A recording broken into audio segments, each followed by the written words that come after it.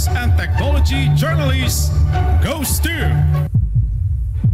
Angelo Palmones, DCRH. Ito na ang 28th KBP Golden Dove Awardee, Best Science and Technology Journalist, si Angelo Palmones sa Magandang Umaga, Pilipinas. DZRH, Magandang Umaga, Pilipinas. Sa DZRH Radio, DZRH TV at DZRH Online. Kasama si Kuya Angelo Palmones. Magandang Umaga, Pilipinas. Lunes to tayo ngayon, July 21, 2025. Sa ulo ng ating mga balita, Pangulong BBM, biyaheng Amerika, Bersamin, Executive Secretary Bersamin, Secretary Remulla at Estrella, itinalagang caretaker ng bansa. 66 million pesos nalaga ng nakumpiskang smuggled na gulay, iniutos na itapon kahit na nakapasa sa safety standards. Laban ni Pacquiao at Barrios nawi sa draw, kapwa humirit ng rematch. Bata patay sa sunog sa Las Piñas City. 5 patay sa bagyong Krising at Habagat, ilang lugar sa lalawigan ng Luzon at Visayas nagsuspindi pa rin ang klase. Habagat patuloy na magpapaulan sa Metro Manila at ilang lugar sa Luzon hanggang Martes. Pag-asa, todo bantay ngayon sa bagong sama ng panahon na nasa loob ng Philippine Area of Responsibility. Bagong balita, bagong impormasyon, kasama si Kuya Angelo Palmones. Magandang Umaga, Pilipinas! Sa detalye ng ating mga balita, kasama pa rin natin ang buong radyo natin FM nationwide, ang ating mga action radio stations sa Luzon, Visayas at Mindanao. 91.7 FM radio sa Cebu at 94.3 FM sa Jensan. Isang bagong low pressure area ang binabantayan ng Pag-asa sa loob ng Philippine Area of Responsibility.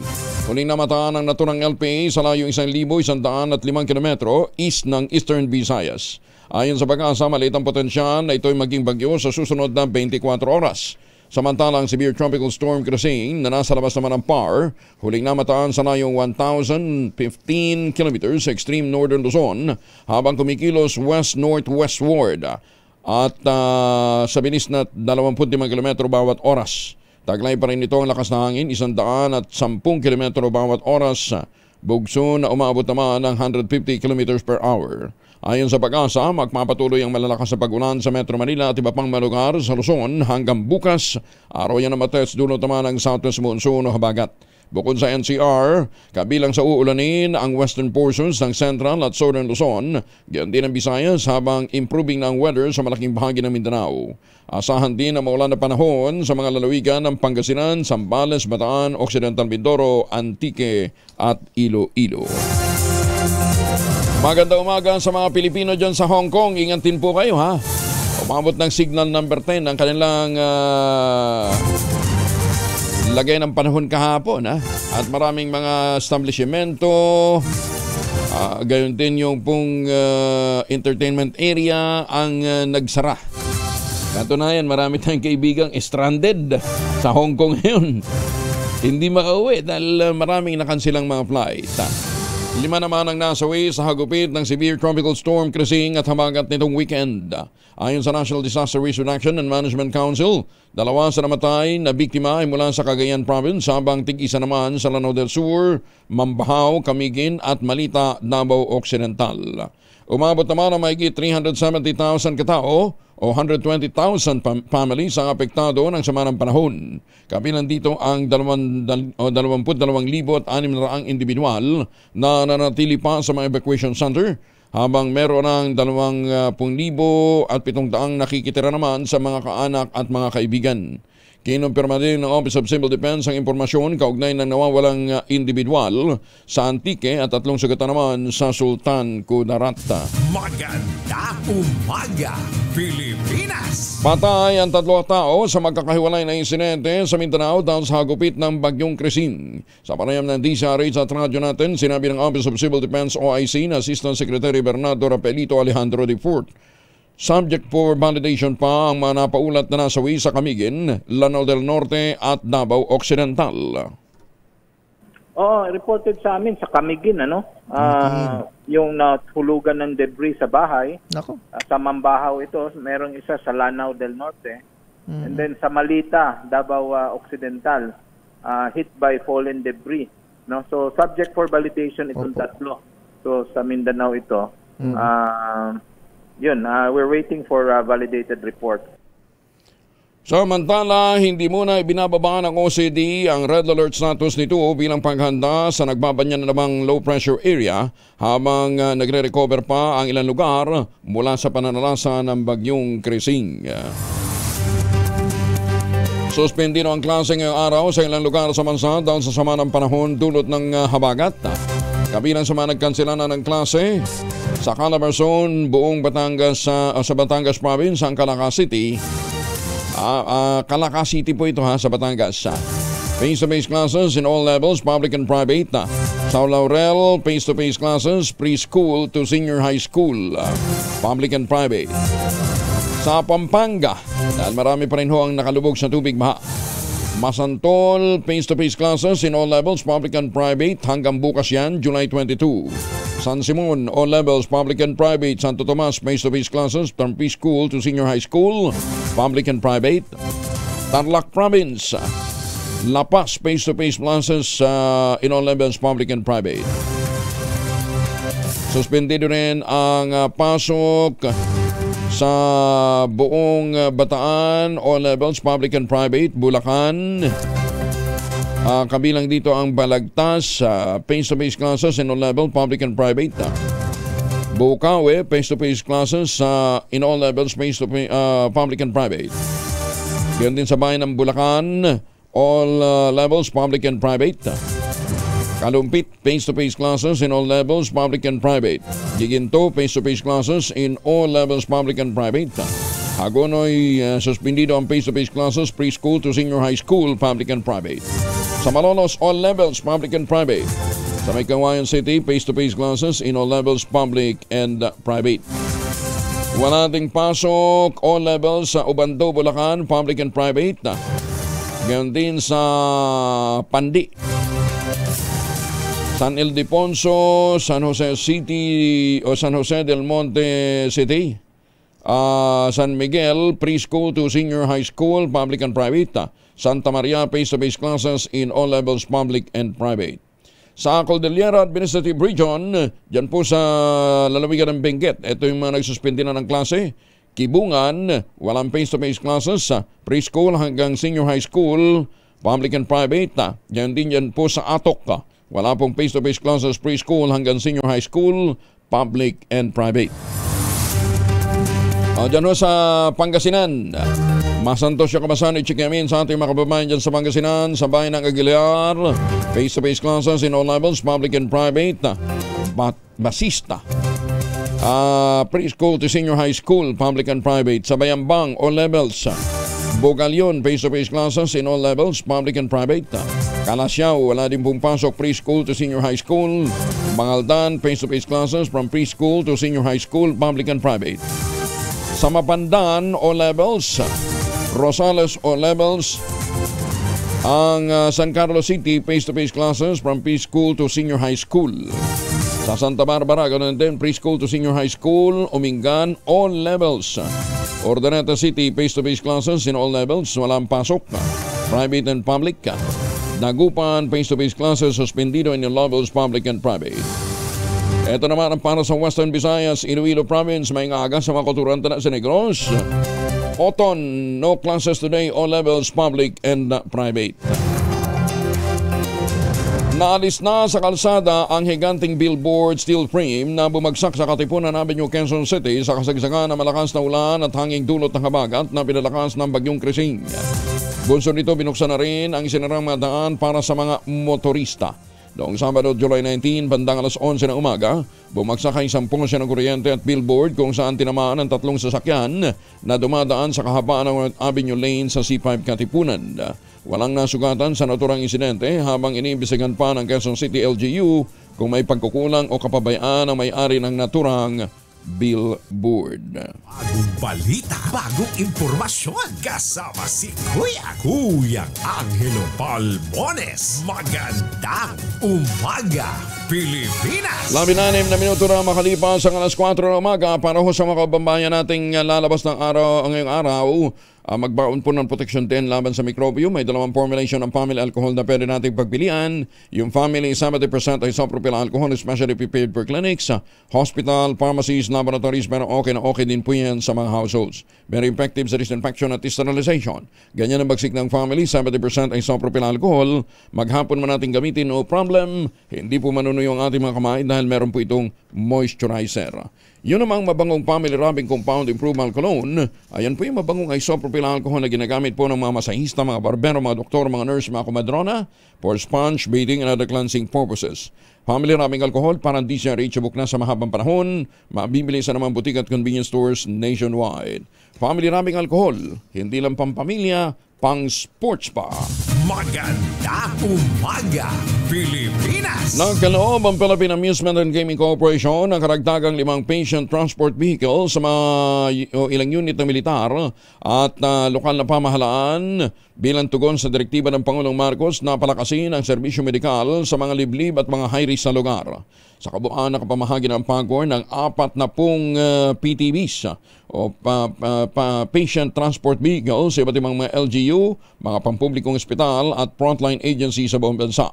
Kabilang sa mga bagong benepisyaryo ng donasyon ang bayan ng Liliu, Laguna, ang 7th Infantry Division ng Philippine Army, Light Reaction Regiment sa Port Magsaysay Army High Station Hospital, nakabase po ito dyan sa Nueva Ecija, at ang Headquarters Force Reconnaissance Group ng Philippine Marines dyan po sa Ternate, Cavite. Pinangunahan ni PAGCOR Chairman at CEO Altenco ang turnover ng mga naturang sasakyan. Ayon kay Chairman Tenco, ang mga donasyong ito ay bahagi ng commitment ng pamahalaan para palakasin ang emergency response efforts, lalong-lalo na sa mga lugar na nangangailangan ng ganitong klase ng serbisyo upang matugunan ang problema ng ating mga kababayan. Sinabi po ni Chairman Tenco, ito rin po ay refleksyon ng commitment ng National Service Beyond Gaming as ordered by the President of the Republic of the Philippines. Nagpasalamat naman sa Lieutenant Colonel Arsen Boy de Guzman, Assistant Chief of Staff for Logistics ng 7th Infantry Division, sa tulong na ipinagkaloob ng PAGCOR. Magandang umaga, Pilipinas! Hala! Si Julia Barreto naka-unfollow na sa IG account ni Gerald Anderson. Ganun? Couple pics ng dalawa? Burado na rin. Detalye ng balita mula kay Morley Alino. Morley, good morning. Gising ng showbiz, rampa na Pilipinas. Good morning, Kuya Angel! Isang maulan na morning. Wow, nakakaloka, as in super mega nakakabaliw. At ito lumalabas na unti-unti ang tunay na score ng relasyong Julia Barreto at Gerald Anderson. Nag-unfollow na itong si Julia Barreto. Wala na yung mga picture ni Gerald Anderson sa kanyang Instagram account. Well, eto pa. Matagal na raw talagang hiwalay ang dalawa. Kaya lang sinisave ni Julia ang relasyon. Pero wala talaga. Nagkahiwalay daw talaga ang dalawa because of third party sa case nitong si Gerald Anderson. May babae daw si Gerald Anderson. Yun ang chika, yun ang chismis. Wala pang pag-amin ng hiwalayan. Pero ito ay usap-usapan na in showbiz world. Yan ang ating DZRH Showbiz Hottest News. Ako po ang inyong RH47, Morley Alino para sa DZRH, una sa Pilipinas, una sa Pilipino. Babu! Bagong balita, bagong impormasyon. Kasama si Kuyang Angelo Palmones. Magandang umaga, Pilipinas! Wala talagang forever, no? Parang yun sa cosplay. Cosplay sa... Mamaya may update tayo dyan, ha? Naghain si Senator Bongo ng panukalang batas para i-update at i-modernize ang Philippine Building Code upang itaguyod ang disaster resilience, sustainability at public safety.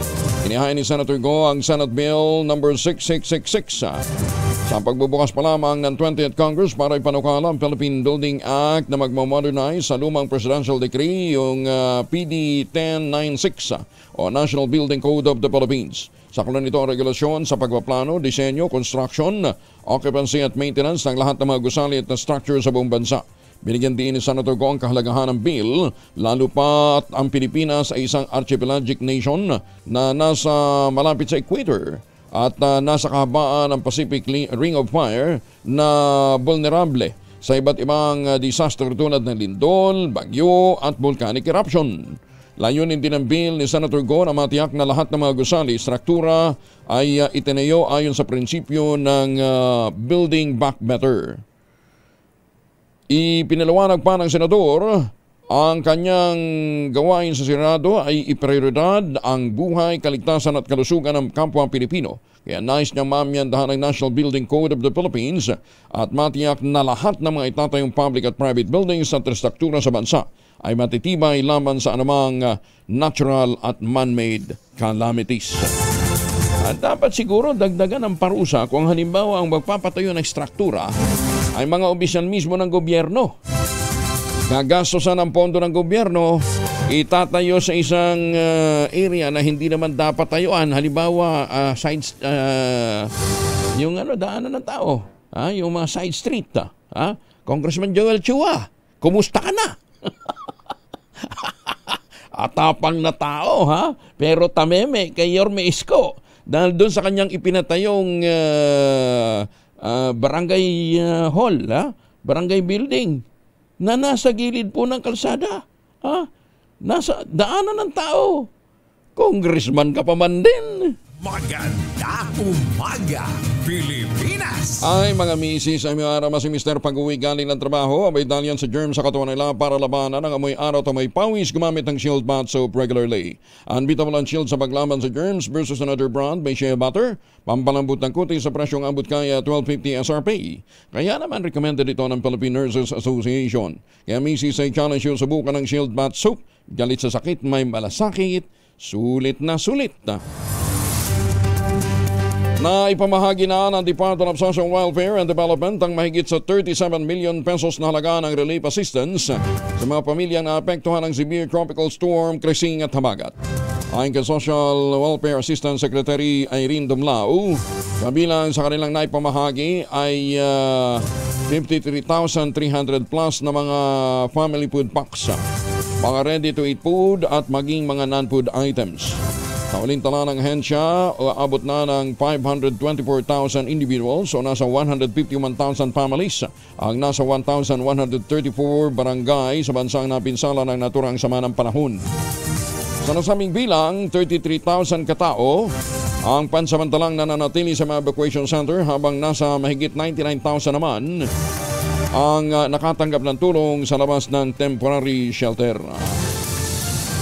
Nag-iingat ng Department of Health ang mga evacuee laban naman sa posibleng pagkalat ng mga nakahahawang sakit.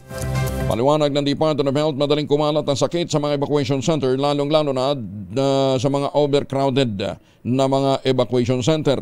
Paalala ng ahensya, panatilihin ang kalinisan, ugaliin ang paghuhugas ng kamay, gamit ang tubig at sabon, lalong-lalo na yung Shield Bath Soap sa gaya kay naliligo, para makaiwas sa mga infectious diseases. Batay sa tala ng DOH, nasa 30,000 katao pa rin ang kasalukuyang nananatili sa mga evacuation center kasunod ng pananalasa ng bagyong Krising. Oy mga mamis, pwede ho tayo mag-laundry day today, Sunod nyo ka ba kapag makapit, malikit at malupit ang mancha? All you need is Pride, but mapahirapan ang self-con sa Pride, easy at worry-free naman ang laundry. Sa Triple Stay Away formula, tanggal na matitinding mancha based on Tensat Chocolate, Mud and Sabon and Cotton.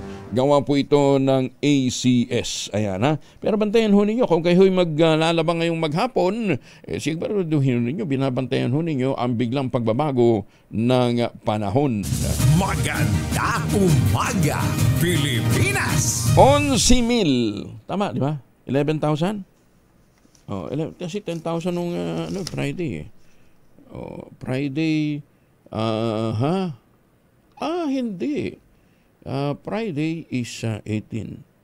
12,000. Mali ito. Dali, i-correct natin. 18, 12,000 na. Hindi, yan. Ayan. 12,000 ho ang nag-iintay na premyo sa ating mahiwagang tunog. Mahiwagang tunog!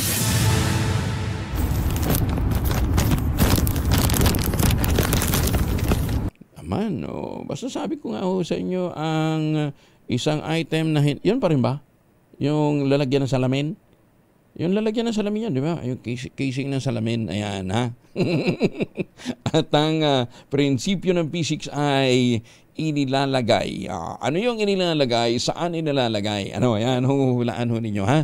Ang inyo pong masagot, ipapadalo po ninyo sa 0919-282-6485. Sundin ang tamang format po ng pagte-text empty space name /other /contact number / at ang inyong sagot.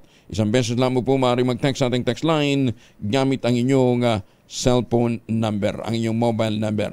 At sa mga sasagot online, kinakailangan meron po kayong sharer badge. 12,000 yan ha. Marami-raming bigas na bibili niyan. Maganda umaga, Pilipinas! Matinding pagbaha sa Puerto Princesa City, paimbestigahan ni Senator Erwin Tulfo. Kung bakit, alamin natin mula kay Raymond pa sa RH28. Raymond, good morning. Iimbestigahan ni Senador Erwin Tulfo ang tumitinding pagbaha na nararanasan ng mga residente ng Puerto Princesa City, Palawan. Ito ay kasunod ng report na tinanggap na halos 100 pamilyang kailangang i-rescue ng Philippine Coast Guard nitong Biyernes, July 18 matapos bahay ng kanilang barangay dahil sa bagyong Krising. Ayon sa ulat, higit sa 6,000 pamilya mula sa 31 barangay ang naapektuhan at nawalan ng tirahan. Kabilang sa mga matinding tinamaan ng baha ay ang mga barangay San Jose, Siksikan at Mauyon. Sabi ni Tulfo, ngayong Lunes ay mag-ayon siya ng resolution para dito. Noong buwan ng Pebrero ay nakaranas na din ng matinding pagbaha ang Puerto Princesa City dahil lamang sa shear line at wala pang bagyo. Tanong ni Senador Erwin, ito ba ay dahil sa illegal logging at mining o kaya ay palpak ang urban planning at walang maayos na drainage system? Giit ng senador kung kailangan ay dapat may managot sa nangyayaring kapalpakan. Ang Palawan ay siyang itinuturing na the last frontier pagdating sa pangalaga sa kalikasan, ngunit ngayon ay nakaranas na ng matinding pagbaha ang lungsod ng Puerto Princesa. Ito si RH28 Raymond Dadpas para sa DZRH, una sa Pilipinas, una sa Pilipino. Maganda umaga, Pilipinas! Napag-uusapan na lang din po ang investigasyon. 28 makalipas ang alas 4. Iniimbestigahan na rin ng Office of the Judiciary Marshals ang death threat na natatanggap ng mga judges ng Pasig Regional Trial Court. Partikular na yung 2 judges na nakatanggap ng pagbabanta sa kanilang email account. Kinumpirma ito ng Korte Suprema, katuwang ang Police Anti-Cybercrime Group at National Bureau of Investigation Anti-Crime o Cybercrime Division. Ayon kay Supreme Court spokesperson Camille Ting, hinigpitan na rin ang seguridad ng mga naturang hukom at maging na iba pang mga tauhan ng Pasig RTC matapos na makatanggap ng pagbabanta. Nakipag-ugnayan na ang Korte Suprema sa Pasig Police na magpakalat ng Special Weapons and Tactic Team sa paligid ng RTC. Pagtitiyak naman ng Korte Suprema sa publiko, patuloy na tutuparin ng mga judges sa Pasig ang kanilang tungkulin ng may integridad at patas alinsunod sa rule of law. Nabatid na ilan sa mga malalaking kasong hawak ngayon ng Pasig RTC ay konektado kay Kingdom of Jesus Christ founder Pastor Apollo Kibuloy at dating Bamban Tarlac Mayor Alice Guo. Hindi ho ninyo masisindak ang ating mga judges, ano ha? Pinag-iingat naman ng mga leader ng Chinese community sa Pilipinas ang mga mamamayan nito sa bansa. Kasunod ito ng mga bangkay na umano'y Chinese national na natagpuan sa isang talahiban sa Kawit, Cavite. Kaugnay ito ng isang video kung saan makikita ang malalamig na bangkay ng isang babaeng Chinese national o hinihinalang babaeng Chinese national na itinapon sa talahibang bahagi ng isang daan. Una nang nagpaalala ang China Education Ministry sa mga Chinese students sa Pilipinas na magdoble ingat kasunod ng serye ng krimen na manoy tumatarget sa kanila. General Torre, ano na? Bakit ganito? At mukhang patindi ng patindi itong klase ng mga ganitong klase ng krimen. Sabi nila, teka muna, dumagsayang mga yan. Nandun na tayo.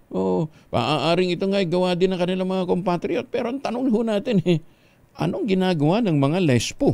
Maganda umaga, Pilipinas! Inalmahan ng Department of Foreign Affairs ang inilabas na abiso ng China hinggil sa manoy unstable na seguridad sa bansa. Sa naturang advisory, pinag-iingat ng China ang mga mamamayan nitong nag-aaral sa Pilipinas dahil sa manoy pagsipa ng krimen kung saan target ang mga Chinese national. Ayon sa DFA, lahat ng mga krimen, maging ang mga kinasasangkutan ng mga dayuhan ay maayos na tinutugunan ng mga otoridad. Kaugnay nito, tinawag ng DFA na inaccurate ang nasabing abiso ng China's Ministry of Education. Umaasa naman ang ahensya na gagawa ang China ng kaukulang aksyon para iwasto ang inisyu nitong advisory. Samantala, kaunti lamang ang maapektuhan ng buwis na ipapataw sa interest bank sa interest earnings ng mga bank deposit. Alinsunod sa pinatutupad na Capital Markets Efficiency Promotion Act o CMEPA. Ayon kay Finance Assistant Secretary Carlo Fermin Adriano, layo ng CMEPA na ipantay ang mga buwis sa interest income lalo na sa mga may sobrang pera na naka-time deposit.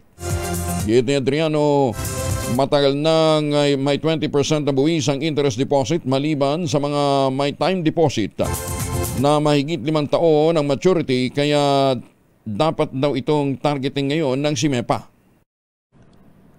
Tama po yun. Yun po talaga ang layunin ng CMEPA tungkol sa interest income. Kaya po namin standardize para lahat po subject sa 20%, kasi nga po nakikita namin na ang ordinaryong Pilipino, ang interest nila subject sa 20%, pero yung po may mga extra cash, sometimes tax exempt pa. Kaya po natin pinagpantay-pantay. Kaya ngayon, kasalanan mo pala pagka may savings ka at may extra cash ka. Kita mo naman, anong klaseng pag-iisip meron ng gobyerno? Sa halip na habulin nyo yung tax evader, ang hahabulin nyo yung may mga extra savings. Paano nyo ngayon kukumbisihin ang ating mga kababayan na mag-impok? Layon din ang batas sa mahikayat ang publiko na mag-invest sa stocks at wag hayaan ang kanilang savings na nakadeposito lamang sa bangko. Actually, ay, sus, may ginoong buhay ito. Ulitin ho natin, ha? Layon din po ng batas na mahikayat ang publiko na mag-invest sa stocks at wag hayaan ang kanilang savings na nakadeposito lamang sa bangko. Kaugnay nito, ibinaba naman sa 0.75% ang documentary stamp sa issuance ng shares of stocks mula sa dating 1%. Inalis din ng Department of Finance ang documentary stamp na may kaugnayan sa mutual funds at Universal Investment Trust Fund para himukin ang mga Pilipino na mag-invest sa stock market. Actually, binabaan po namin yung mga taxes related to capital market. Una, binabaan po namin yung stock transaction tax from 0.6% to 0.1%. Pangalawa, binabaan din po namin yung documentary stamp taxes on the issuance of shares of stocks from 1.1% to 0.75%. At pangatlo, inalis po namin yung mga documentary stamp tax na related sa mutual funds sa yung mga Universal Investment Trust Fund. Para nga po mahikayat ang mga Pilipino na mag-invest sa stock market kung saan mas malaki po ang pwede nyong kitain. Nandun na tayo, mas malaking kikitain sa stock market. Kung stable ang stock market mo. Di ba? O ngayon, paano kung halimbawa nag-invest ka nga sa stock market, biglang bumagsak? Ha? Sino ngayon hahabulin mo? Gobyerno? Di ba? Bakit nyo pinakikialaman kung saan gustong gamitin ng tao ang pera nila? Di ba? Nandun na ho tayo, gumagawa tayo ng estratehiya, pero habulin nyo muna yung mga tax evader bago kayo gumawa ng mga ganyan diskarte. Di ba? Pahihirapan. Kasalanan ba ng tao na gusto niya mag-impok? At ilagay niya sa long-term deposit yung kanyang pera? Dahil nga sa gusto niya magsiguro eh. Di ba? Ba't yung pakikialaman? Maganda umaga, Pilipinas! Alam niyo, wala. Hindi ko talaga mahugot yung katuwiran ng okay na yun, sasabihin nila hindi, mga foreign reserves yung foreign accounts yung mga tao dito, foreign currency deposits yung mga maapektuhan nito. O nandoon na tayo, pero ganoon din. Bakit niyo pakikilaman? Gusto nga nilang mag-invest sa sa foreign currency deposits eh. Ba't niyo pakikilaman yung interest? Pinagpaguran na ganito yan ha. Yung pera na ginamit dyan, pinagpaguran na nila. Sweldo yan eh. O kaya negosyo. Na-tax na yon. Nag-deposit ka ngayon. Ita-tax mo pa uli. Nang pagkataas-taas. Ay, long term, gawin natin long term para mas mataas yung interest rate. Ita-tax mo uli. Sus, Ginoo, this is very taxable country. Maganda umaga, Pilipinas! Ay, nako, mabuti na lamang ho ito mga magsasaka natin sa lalawigan ho ng Quezon. Hindi na ho iniintay ang iba pang ayuda mula sa pamahalaan. Sa tulong po ni Dr. Helen Tanyo pong mga planting material ng kakao galing Davao, hinakot po yan para maitanim sa ilalim po ng mga nyugan. Kaya ngayon nagpo-produce na ho sila ng dekalidad na kakao beans, pinoprocess para maging tangerine chocolate. Available po yan sa 0919-095-5935. May mahigit 10 variants po ang tangerine chocolate na pwede po ninyong tingnan sa tangerinechocolate.ph bago ho kayo mag-order. Tangerine chocolate 100% gawang lokal, Matays and Locks Global. Tinungan po ito ng Department of Science and Technology at saka ng DTI. Tangerine chocolate, sabi po ni Dr. Helen Tan, ipinagmamalakay nating gawang atin kaya dapat nating tangkilikin. Sino nga bang magmamalasakit sa Pilipino kundi ang kapwa Pilipino? Tangerine chocolate. Available sa 0919-095-5935. Maganda umaga, Pilipinas! Mahigit na sa 7,000 pamilya na apektuhan ng paghagit ng bagyong Krising at ng habagat sa Cordillera. Detalye ng balita mula kay Romy Gonzalez sa Rich 41. Naimbag na bigat, Romy. Abot na sa 7,748 pamilya na kinabibilangan ng 24,024 na individual ang naapektuhan mula sa 64 na barangay sa 6 na lalawigan kasamang Baguio City sa Cordillera dulot ng bagyong Krising at habagat. Batay sa report ng DSWD Cordillera, 21 pamilya na may 74 na individual ang inilikas sa 8 evacuation centers, samantalang 32 pamilya naman na may 75 individual ang nagpasyang manuluyan sa kanilang mga kamag-anak at kaibigan. Kaugnay nito, kabuang 301,030 pesos and 51 centavos ang halaga ng humanitarian assistance na naipagkaloob ng DSWD, local government units, non-government organizations at iba pang partner sa mga naapektuang pamilya sa Cordillera. Sa ngayon ay may available na 39,133,226.79 pesos na relief resources ang DSWD CAR, 3 milyon ang standby funds at 36.1 milyong piso. Ang halaga naman ng food at non-food items, may nakahanda namang 59,014 na family food packs at 21,212 na non-food items ang nakahandang ipamahagi sa mga naapektuhan ng bagyong Krising at habagat. Ito si RH41 Romy Gonzalez para sa DZRH. Una sa Pilipinas, una sa Pilipino. Maraming salamat, Romy. Diyos na Gina. Kasagsagan ng bagyong Krising, 6 na drug den naman o isang drug den naman ang nabuwag at may 6 na individual na arestado sa Orani, Bataan. Detalye ng balita mula kay Danny Kumila, ang RH37. Danny, good morning. Hindi naging hadlang ang pananalasa ng bagyong Krising at habagat kung saan isang drug den ang nabuwag sa ikinasang bypass operation ng PIDEA Bataan Provincial Office sa Sampaguita Street, Barangay Tinehero, Orani, Bataan, dakong alas 8 ng gabi nitong Sabado. Ang operasyon ay pinangunahan ni Iya Brasio Natividad, katuwang ang iba pang unit ng PIDEA at Orani PNP. 6 na suspect ang matagumpay na naaresto, kabilang ang itinuturong maintainer ng drug den sa lugar na si alias Lores at kinakasama nito. Nakumpiskan tinatayang 10 gramo ng hininalang shabu na may street value na 14,000 at standard drug price na 68,000 kasama ang ilang drug paraphernalia, isang cellphone, ID at mark money. Nakatakdang sumailalim ngayong araw ng Lunes sa inquest proceeding sa Prosecutor Office ang mga naaresto para sa kasong paglabag sa Republic Act 9165 o ang Comprehensive Dangerous Drug Act of 2002. Daddy Kumilang, RH37, DCRH, una sa Pilipinas, una sa Pilipino. Maraming salamat, Danny. May paabaki kayungan sa ating mga kababayan dyan po sa Pampanga. Maganda umaga, Pilipinas! Alas 4:40 ang oras sa buong Kapuluan. Oras na para tayo po naman ay mag-ultabayo. Ano nga bang ultabayo? Ito po'y postbiotic with Lactococcus lactis-rein plasma. Dumaan po ito sa mahabang clinical trial sa Japan. Hindi po mga testimonial, hindi po mga kwentong kutsero, kundi human clinical trial. Ang bawat kapsula ng ultabayo ay nagtataglay ng 50 billion cells ng Lactococcus lactis-rein plasma. Kaya po napaka-potent po nito. Pagpasok po sa ating sistema, sa ating katawan, ina-activate po yung PDC, yung plasmacytoid dendritic cell. Yan po yung tinatawag na madalubhasa na commander ng ating immune system. Kaya naitataboy po ang mga toksin sa ating katawan habang tayo po ay natutulog. Kaya na-achieve natin ang magandang tulog sa tulong po ng Ultabayo. Nalalabanan natin ang puyat, pagod at stress. Ilan lamang yan sa mga benepisyo po ng Ultabayo. Kung may mga concerns pa po kayo, mag-text lamang sa 0931 033 2871. Ang Ultabayo po ay rehistrado sa Food and Drug Administration, halal certified. Pero huwag natin kalimutan bagamat ito ay available sa Southstar Drug, Mercury Drug, HB1 Plus Pharmacy, Joann's Pharmacy, Amesco Drug, Curamed, ang Ultabayo po ay hindi gamot at hindi dapat gamiting panggamot sa anumang uri ng sakit. Maganda umaga, Pilipinas!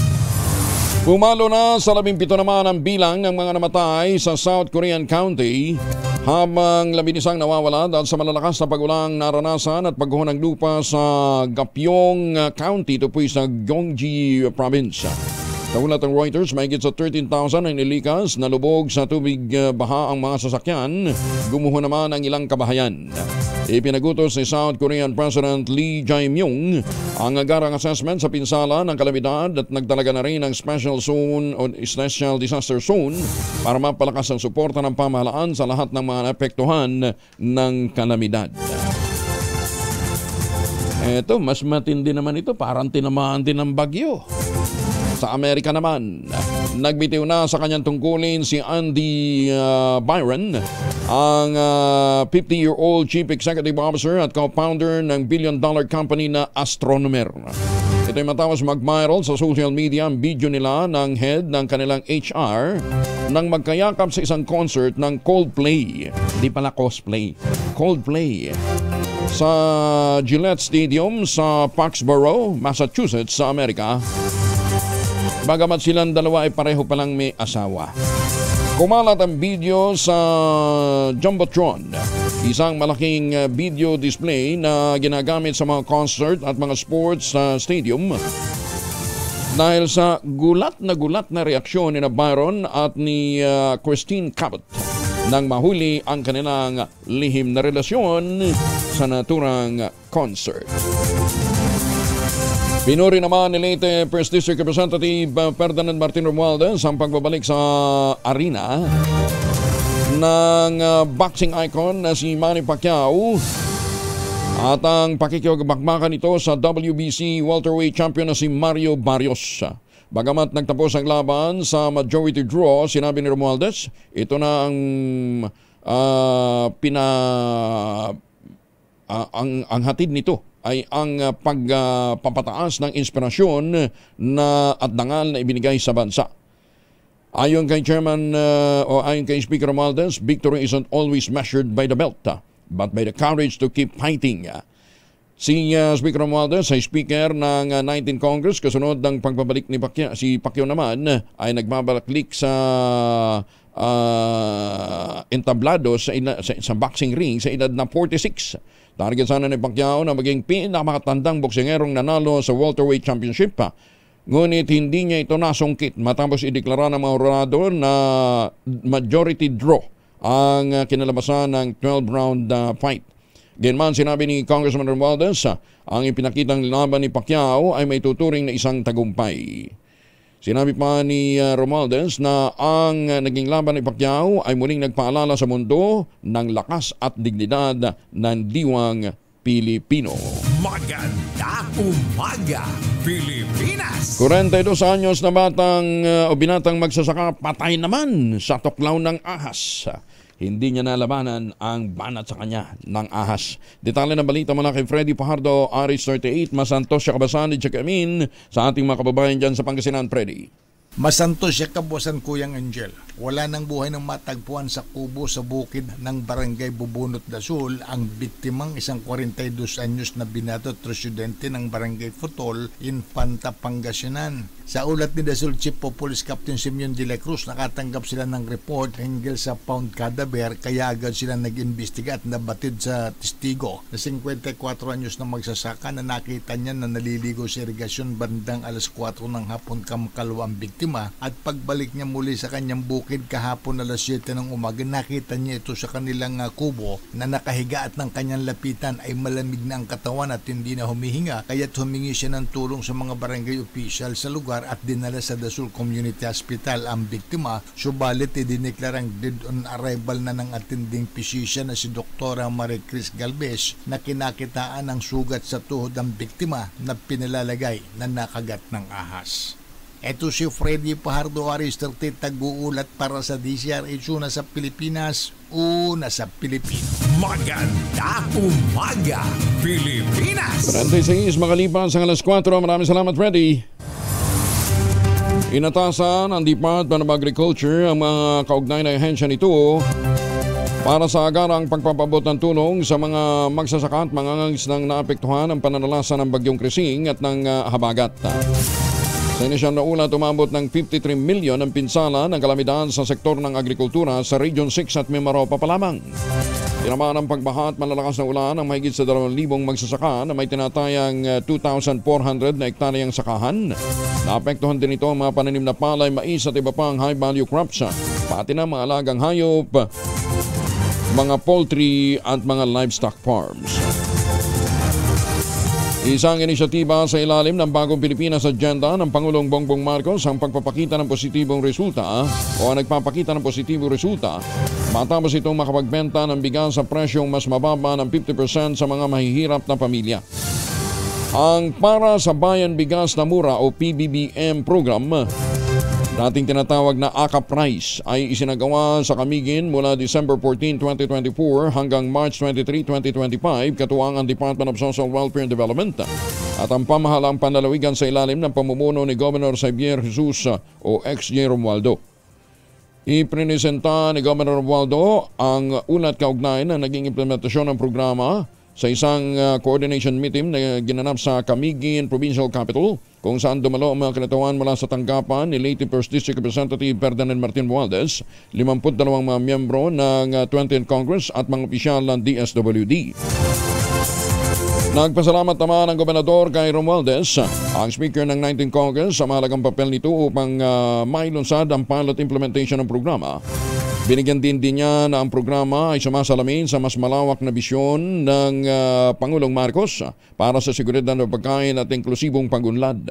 Sa ilalim ng PBBM program, maaaring bumili ng bigas sa mga benepisyaryo mula sa accredited retailers sa halagang mas mababa ng 50%. At ang DSWD naman ang sasagot sa natitirang 50% sa pamamagitan ng digital wallet.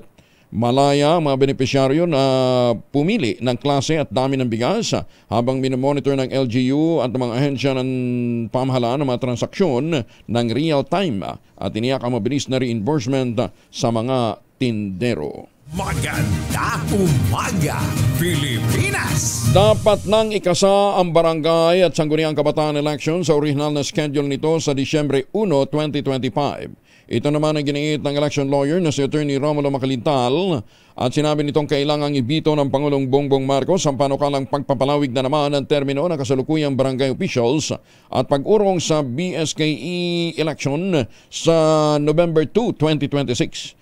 Iginit ni Macalintal ang pag-aproba ng Pangulo sa naturang panukala ay malinaw na pag-abandona sa karapatan ng mga Pilipino na ihalal ang mga nais nilang opisyal.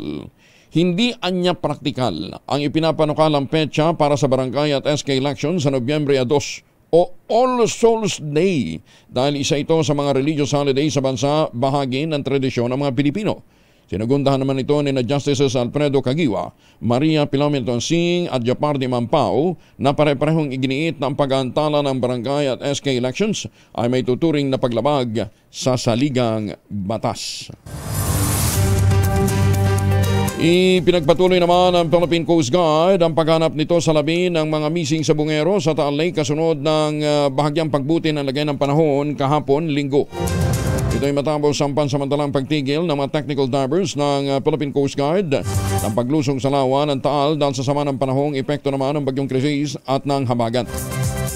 Ganman, walang nakitang kahinahinalang mga bagay o sako ang Coast Guard sa kanilang naging operasyon nitong linggo. Naghain ang panukalang batas si Senator Loren Legarda upang wakasana ang lahat ng uri ng online gambling sa Pilipinas. Nagdulot ang pag-usbong ng online gambling ng malaking problema sa lipunan tulad ng pagka-adik, pang-aabuso, pagkalugi ng mga negosyo ayon po kay Senator Loren.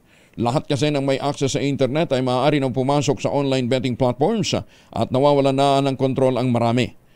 Nagpahayag din ng pagbabahala si Senator Loren dahil marami ang nabaon sa negatibong kaugalian tulad ng mga menor de edad, mga estudyante at mga empleyadong maliit lamang ang sweldo at nakakapekto sa kanila at sa kanilang pamilya.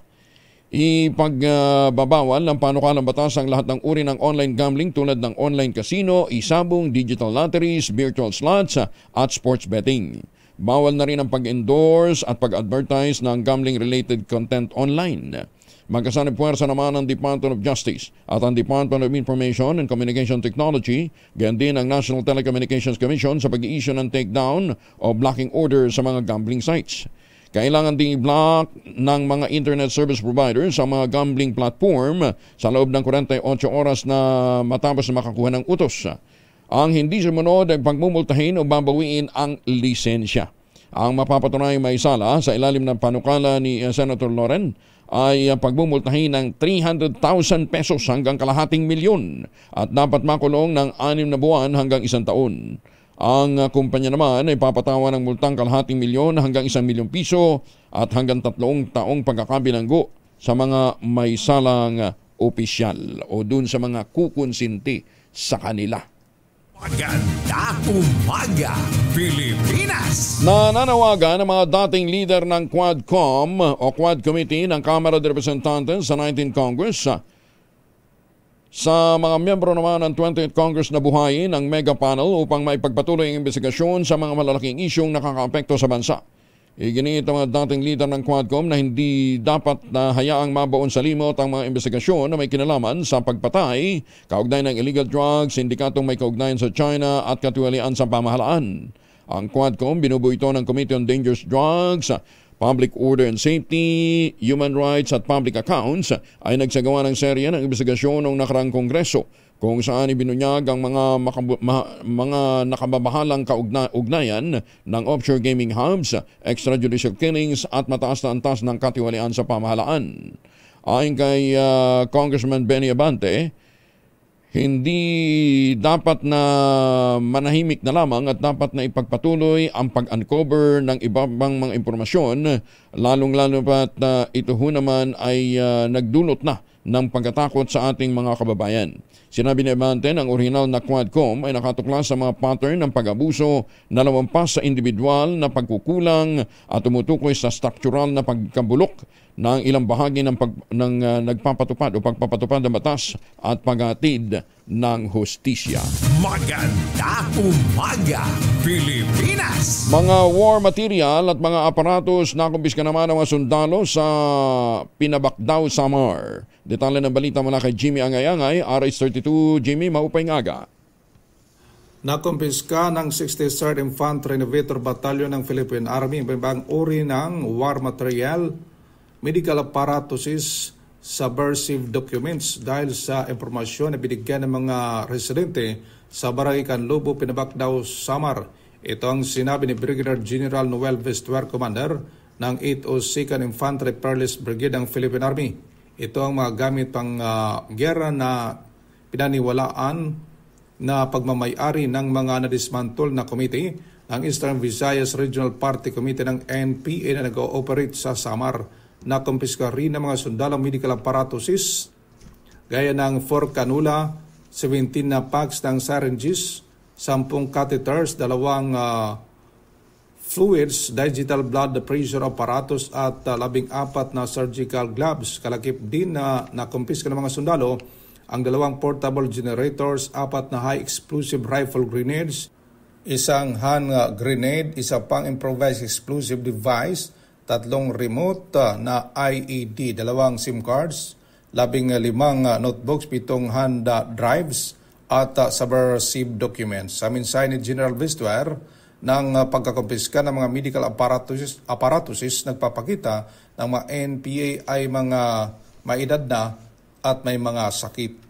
Mula dito sa DYVL Action Radyo Tacloban, ito si Arstratetor Jimmy Angay-Angay para sa DZRH.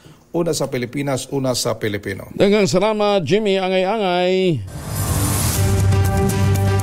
4 minuto na lamang bago po mag-alas 5 ng umaga, pinapaalam sa mga kaibigan, kakilala at mga kapamilya sa makabilang buhay na si Bel Arroyo.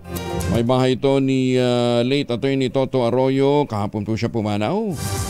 Ipanalangin po natin ang kanya pong pagpanaw at nakikiramay ho tayo sa bereaved family o sa mga naulila. Yan po ay ipinababatid sa atin ni Ma'am Ellen Pulido. Ay, teka muna ha. Ito ho ay mahalagang mabigyan din natin ng pagkakataon na maisahing pampawid. Ano ho? Kasi last week, di ba nabalita natin na may 2 doktor yung sinampahan ng reklamo ni Attorney Erin Tanyada. Ito ho yung kanilang sagot at sinikap po natin na makakuha din po ng kanilang tugon, ng kanilang panig. Ano ho? Ang sabi po ng kanilang abogado na si Attorney Pedro Tanchuling, ano ho? Ito po yung mga counsels ni Dr. Luis Raymond Tigo at Dr. Bianely Berwin Flores. Ano ho? Ang sabi niya po, and I quote, base po sa kanyang pinadalang tugon, "We address the complaint lodged by Mr. Tanyada against our clients, Dr. Luis Raymond Tigo and Dr. Bianely Berwin Flores, before the Professional Regulation Commission regarding their alleged dishonorable and or unprofessional conduct out of respect for the Professional Regulation Commission and to preserve the integrity and fairness of the ongoing proceedings under the sub judice rule. All parties, including Mr. Tanyada, are required to refrain from making any public statements about this complaint at this time. Because the matter is currently under formal review by the Professional Regulatory Commission, any public comments could unduly influence the process and compromise the impartiality of the hearing. Our client have been strictly advised not to speak publicly until the case is resolved, and we expect the same restraint from Mr. Tanyada to ensure that the Professional Regulatory Commission can conduct its review without external interference. Our client are still awaiting formal receipt of the complaint. It is important to note that Mr. Tanyada is neither a patient of our clients nor a member of any medical society or regulatory body. And except for the complaint of Mr. Tanyada, our clients have never been charged with any wrongdoings before the PRC or the medical society in which they belong. Considering the manner and timing of the complaint, we have reasonable grounds to believe that it serves no purpose but to malign the good reputation of our clients to their detriment and prejudice. We will vigorously pursue all available legal remedies against any individual or entity that seeks to defame, intimidate, or otherwise damage our clients' good names. Attempts to malign our clients will be met with decisive legal action. Mula po itong kay Attorney Pedro Tanchuling, counsel po ng 2 doktor na nabanggit. Maganda umaga, Pilipinas! 1 minuto na lamang bago mag-alas 5 ng umaga, mga barangay official sa lungsod, hinikayat ng Member of Parliament na si Attorney Nagib Sinarimbo na maglunsad ng clean-up drive. Detalye ng balita mula kay Jun Di Makutak, Aris 19. Assalamualaikum, Brother Jun. Alaikumussalam, Kuyang Angel. Tumalima ang mga residente ng Barangay Rosary Heights 1 sa Cotabato City. Lumabas ng kanila mga tahanan ang bawat miyembro ng pamilya na may mga dalang kagamitang panglinis ng kapaligiran at nagbayanihan sa manumanong paglilinis sa mga kanal at pagkolekta ng mga basurang nakakalat o humaharang sa mga waterways. Nabatid na hinikayat ni Member of Parliament Attorney Nagib Sinarimbo ang mga barangay officials ng Cotabato City na maglunsad ng clean-up drive upang maging ligtas sa namang uri ng panganib ng baha at uri ng mga sakit sa panahon ng tag-ulan. Isa sa mga tumugon ay ang Barangay Rosary Heights 1 sa bahagi ng Pisihil sa pangunguna ni Barangay Captain April Morales, kung saan nagbayanihan ang mga residente at mga barangay officials na tabasin ang mga gumagapang na damo sa boulders ng Pisihil o itong kutang bato sa harapang bahagi ng National Highway. Nilinis din ang mga baradong kanal at mga drainage lalo pat sa panahon ng tag-ulan ay may mga pagbaha sa mga low-lying areas sa lungsod ng Cotabato at kadalas ay nangyayari ito dahil mano sa pag-backflow ng tubig dahil sa mga baradong drainage. Ayon kay MP Attorney Narimbo, ang hakbanging ito ay bilang pagpapatupad ng Spirit of Bayanihan na kusang gumagalaw ang barangay local government units para na rin sa sariling kaayusan at kalinisan ng kanilang paligid. At bilang pakonsuelo sa mga volunteers at sa lahat ng kumilos sa initiative na ito, nagpaabot ng tulong bigas ang tanggapan ni MP Attorney Gibbs Narimbo sa magitan naman ng tulong suporta mula kay Chief Minister Abdul Rauf Makakwa. Labis sa mga nagpapasalamat ang mga volunteers sa tinanggap na libreng 25 kilos sa bigas sa magitan ng Rice Relief Assistance ng BARM. Ayon sa mga residente, nalinis ang kanilang barangay at may libreng bigas pa silang pantawid habang patuloy na nakakaranas ng sama ng panahon ang bahagi ng Cotabato City at ng BARM region. Mula sa Mindanao, RH19, June Dimakutak, DZRH, una sa Pilipinas, una sa Pilipino. Sukran, June. Maraming salamat.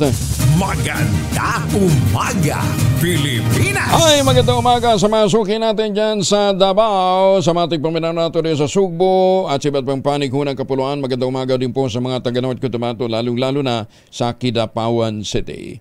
Magandang umaga po sa mga suki natin dyan po sa Japan. Ohayo gozaimasu. Magandang umaga din po sa mga Pilipino na naglalayag ngayon pabalik at paalis ng Pilipinas o palayo ng Pilipinas. Ingat po kayo. Ma'am Evan lang dyan sa Las Vegas, good morning. At syempre po yung ating Midnight Singers dyan po sa San Diego, California, na regular hong gumigising ng mga aga. Hindi, late na palang matulog. Si Tita Lloyd, si Tita Cora, Tita Linda, Sir Art, Boss Manny, and the Debonair, June Yambao. Maganda umaga, Pilipinas! 2 minuto makalipas ang alas 5 ng umaga. Umaga, Pilipinas! Ay, 3 minuto na makalipas ang alas 5 ng umaga. Kasama na natin si Ka-Obet Badrina mula po sa Pag-asa. Ka-Obet, good morning. Happy Monday. Happy Monday, Sir Angel. Magandang umaga po sa lahat ng mga tagapakinig natin. Narito na ang lagay na ating panahon. Sa ngayon po, no, Sir Angel, meron tayong minomonitor na low pressure area. Huli po itong namatang. Kahapon lang po ito, or kagabi. Nasa mahigit 1,000 kilometro silangan ng Southeastern Luzon, ng Bicol area po. Sa ngayon naman, at least for today, maliit pa yung chance na maging bagyo ito, pero hinatinalis yung posibilidad sa mga susunod na araw na ma-develop ito na bilang bagyo. Sa ngayon po, hanging habagat pa rin magdadala ng mga pag-ulan, partikular na sa malaking bahagi ng Luzon. Asahan pa rin po natin yung malalakas na mga pag-ulan sa bahagi ng Zambales, Bataan at Occidental Mindoro, dulot ng hanging habagat. Magiging maulan pa rin dito sa Metro Manila, bagamat posible pong medyo may mga pagtila din po, no, may paghinto ng mga pag-ulan. Pero generally po magiging maulap yung kalangitan sa Metro Manila na may mga pag-ulan, gayon din sa malaking bahagi ng Ilocos Region, ng Cordillera at gayon din ng Central Luzon, kasama yung Southern Luzon. Ang lalabing bahagi po ng Luzon, kasama yung Kabisayaan, gayon din po ang Zamboanga Peninsula at Northern Mindanao, magiging maulap din yung kalangitan na may mga kalat-kalat na mga pag-ulan, pagkidad, pagkulog. Ang lalabing bahagi ng Mindanao, yung Soc-Sargen, BARM, Davao Region at Caraga naman po yung makararanas ng generally fair weather na may mga isolated rain showers and thunderstorms. Sir Angel, na po tayong nakataas na gale warning ngayon. Kaya maaari na pumalawat yung mga sakyang pandagat at mga bangka sa mga baybayin ng ating bansa. Mag-ingat lamang po, no, pag may mga thunderstorm, minsan nagpapalakas ito ng alon ng ating karagatan. At yan po, sir, ang ating inasang magiging lagay ng panahon para sa araw na to. So asahan ho natin in general po, no, ngayong linggo medyo maulan pa rin dulot ng habagat. Yung bang ulang na nalasa sa Hong Kong, yun ba yun ang galing ng Pilipinas? Sa may Hong Kong, I think po yes, no, yung area po na yun, yung tinumbok po nitong bagyong si formerly Krising nasa atin po, no, or may traditional name Wipa. Si Wipa, so si Wipa din yung tumama doon. Tindi, lakas sa kanila hanggang umabot ng signal number 10. Opo, iba po kasi yung signaling din po nila, sir. Oh, pero lupit ha. Kasi nga nagsara yung mga establishmento, yung mga theme park. Tapos nagkansela pa ng mga flights. Pero okay na ngayon. Okay na yung ano nila doon. Based po sa ano natin actually malapit na buhay pa rin po. Hindi pa rin po nalulusaw yung bagyo, so posible may mga pag-ulan pa rin maranasan. Okay. So kasi nga tayo nga tuloy-tuloy pa rin, ano ha? Opo. Tapos saan siya tutuloy? From Hong Kong, saan na po sa area na yon, malulusaw na po siya within the day or tomorrow. At least hindi na siya kakalat, hindi na siya mamimerwisyo. Opo. Oo, ayan. Pero si WIPA dito na-develop sa may area natin, di ba? Opo, yung kung saan din po possible mabuo yung low pressure area at maging bagyo, doon din po yung bagyong Krising or na may international ng WIPA. Tapos itong paparating, kung sakali, ano magiging Dante pangalan? Po, letter D. Dante na po. Letter D Dante. na po tayo. Naku, si Dante. Oo. Ayan, sige, monitor. Pero ano ang probability beyond 24 hours? Nandun pa rin? Mali pa po, low. Mali, low. Okay. Siguro earliest po, baka bukas pa or Miyerkules. Pero may chance siya na lumakas. Na lumaki. General kasi, Sir Angel, pag nasa dagat naman, posible po talagang nade-develop yung mga bagyo. At saka pagka July, di ba, hanggang 3? Opo, yung forecast natin for this month, nakakadalawa pa lang po tayo. Ayun, okay. Thank you, Ka-Obet. Magandang umaga. Maraming salamat, Sir Angel. Magandang umaga po. Si Ka-Obet Badrina mula po sa Pag-asa. Kaya pakiusap po natin sa ating mga kababayan, magmaon ho lagi ng proteksyon laban sa mikrobyo at mga pag-ulan. Siyempre, magmaon ho kayo ng payong, raincoat, bota para hindi lulusong sa tubig baha. Ngayon, kung mapipilitan ho kayong lumusong sa tubig baha, siguraduhin ho ninyo, pag-uwi ho ninyo ng bahay, mag-shower o kaya maghugas ng paa gamit ang Shield Bath Soap. Yan, ha? May dalawang formulation naman ng family alcohol na pwede nating pagpilian. Yung family 70% isopropyl alcohol, especially prepared for clinics, hospital, pharmacies, laboratories. Pero okay na okay din po yan sa mga households natin at mga emergency kit. Very effective yan sa disinfection at sterilization. Ganyan na bagsik ng family, 70% isopropyl alcohol, maghapon man natin gamitin, no problem. Hindi po manunuyo ang ating mga kamay dahil meron po yung moisturizer. Yun namang mabangong family rubbing compound improved cologne. Yan po yung mabangong isopropyl alcohol na ginagamit po ng mga masahista, mga barbero, mga doktor, mga nurse, mga komadrona for sponge, bathing, and other cleansing purposes. Family rubbing alcohol parang di sa reachable na sa mahabang panahon. Mabibili sa naman butik at convenience stores nationwide. Family rubbing alcohol, hindi lang pampamilya, pang sports pa. Umaga, Pilipinas! Ayan, kaya kinakailangan ang iba yung pag-iingat natin. Sabi nga ni Ka-Obet na ito pong ating nararanasang mga pag-ulan ay maaaring magtuloy-tuloy hanggang bukas. Iginit ng Pangulong Bongbong Marcos na ang kanyang pakikipagdialogo kay US President Donald Trump ay makatutulong sa pagsulong ng interes ng Pilipinas at pagpapalalim pa ng alyansa ng dalawang bansa. Sa departure statement, ang Pangulong Bongbong inilatag ng Presidente ang kanyang prioridad sa biyahe na palakasin ang ugnayang pang-ekonomiya ng Pilipinas at ang Estados Unidos, lalo na sa larangan ng kalakalan at pamumuhunan. Iginiit din ng Pangulo na babanggitin niya kay President Trump at sa mga opisyal nito ang kahandaan ng Pilipinas na makipagnegosyasyon para naman sa bilateral trade deal. I expect our discussions to focus on security and defense, of course, but also on trade.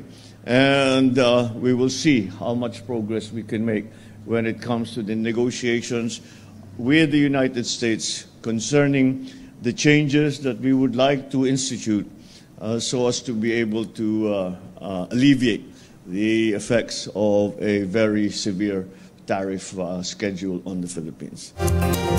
Itinalaga naman ng Pangulong Bongbong Marcos sina Executive Secretary Lucas Bersamin, Justice Secretary Boying Rimulya at Agrarian Reform Secretary Conrado Estrella III bilang caretakers ng bansa. Silang magsisilbing pansamantalang tagapangalaga ng bansa habang nasa Amerika ang Pangulo para nga sa kanyang official visit. Ayon kay Secretary Bersamin, inatasan sila ng Pangulo kasama iba pang miyembro ng gabinete na ipagpatuloy lamang ang trabaho habang wala siya sa bansa. Tiniyak din ng Executive Secretary, patuloy rin naman ang magiging komunikasyon nila sa Pangulo kahit ito ay nasa Amerika. Orders of the President is to continue the work while he is away. Anyway, we keep in constant communication with him during all the time that he is away from the country. Samantala, isinusulong naman ni US President Donald Trump ang paggamit ng totoong katas ng sugarcane o tubo bilang pampatamis ng Coca-Cola. Ayon kay Trump, kinausap na niya ang Coca-Cola hinggil dito. Bagamat hindi pa kinukumpirma ng kumpanya ang kanilang pag-aproba sa mungkahi ni Trump, binanggit din naman nito ang kanilang pagkilala sa rekomendasyon ng US President. Ayon sa Coca-Cola, anumang gawin nilang pagbabago sa produkto ay kanilang inaanunsyo naman. Nabatid ng American Coca-Cola ay gumagamit ng high fructose corn syrup, bagay na ipinagbabawal ni Health and Human Services Secretary Robert Kennedy Jr. para sa mga mamamayan ng Amerika. Ay kagandang balita ho nito, ano ha? Tataas ang demand para sa cocoa sugar. May mga may mga kumpanya ng may processing plant ng Coca-Cola dito sa Pilipinas. Bakit nga ba hindi na naman tayo bumalik sa sugarcane para tumaas din ang interes ng ating mga kababayan na magtanim muli ng tubo. Maganda umaga, Pilipinas! Ayan, sabi nga po ni Dr. Helen Tan, sino bang magmamalasakit sa Pilipino kundi ang kapwa Pilipino? Ayan, kaya bukod sa sugarcane, tangkilikin din natin ang mga gawang atin, gaya ni halimbawa ng tangerine chocolate. Tulong nga po ni Dr. Helen Tan, yung pong mga planting material ng kakao galing Davao, hinakot po yan para maitanim sa ilalim po ng mga nyugan. Kaya ngayon nagpo-produce na ho sila ng dekalidad na kakao beans, pinoprocess para maging tangerine chocolate. Available yan sa 0919-095-5935. Ang tangerine chocolate po ay may mahigit 10 variants. Ang mga raw material ay galing din po sa ani ng ating mga magsasaka. I-check po ninyo sa tangerinechocolate.ph. Sabi po ni Dr. Helen Tan, ipinagmamalaki nila ang tangerine chocolate dahil ito'y 100% gawang lokal but taste and looks global. Ayan may tangerine panot siya. Yung panot siya po ay galing po sa cocoa sugar sa mga tubo. Ayan bagamat ito'y gawang lokal, ito po ay taste and looks global. Tinulungan po ito ng DTI at ng DOST. Tangerine chocolate, 100% gawang atin. Sana ating tangkilikin. Maganda umaga, Pilipinas! 13 minuto na makalipas ang alas 4 ng umaga, nagbabala naman ang Pangulong Bongbong Marcos Jr. sa lumalalang epekto ng online gambling sa mga pamilyang Pilipino. Sa kanyang latest vlog, binigyan din ng Presidente na dapat gamitin ang teknolohiya para itaguyod ang kabuhayan at kaugnayan ng bawat pamilya.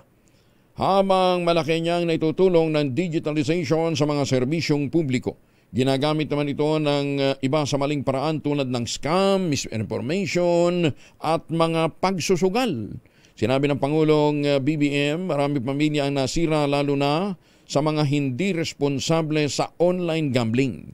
Matatandang sinulong ng kanyang administrasyon ang pagtatayo ng public Wi-Fi, fiber internet infrastructure at digital education platform, pero kasabay nito ang kanyang pag-iit ng regulasyon at responsableng paggamit nito. Kaugnay nito, sinabi naman ni Executive Secretary Lucas Bersamin, wala pang iniisyong direktiba ang Pangulong Marcos laban sa online gambling. Tutol si Vice President Sara Duterte sa anumang uri ng online gambling. Ito ang tugon ng Vice Presidente nang hingi ng kanyang posisyon sa talamak na online na sugal sa bansa. Sa isang ambush interview sa The Hague, Netherlands, sinabi ng VP Inday, maraming pamilyang nalulugmok sa utang alinsunod ng kanilang pagkaka-addict sa online gambling. Giniit ni VP Inday, sang-ayon siya sa pag-regulate ng online na sugal upang matiyak na hindi lahat ay maaaring maka-access dito. Una nang sinabi ng palasyo, hindi nito haharangin ang mga panukala ng Department of Finance na buwisan ang online gaming operators basta't may sapat na pag-aaral na susuporta dito. 15 minuto na makalipas ang alas 5 ng umaga, magbabalik tayo. Si Kuya Angelo Palmones. Magandang umaga, Pilipinas! Alas 5:20, mamigay muna tayo ng pera. Mahiwagang tunog. 12,000, 12,000 ang naghihintay na premyo sa ating mahiwagang tunog.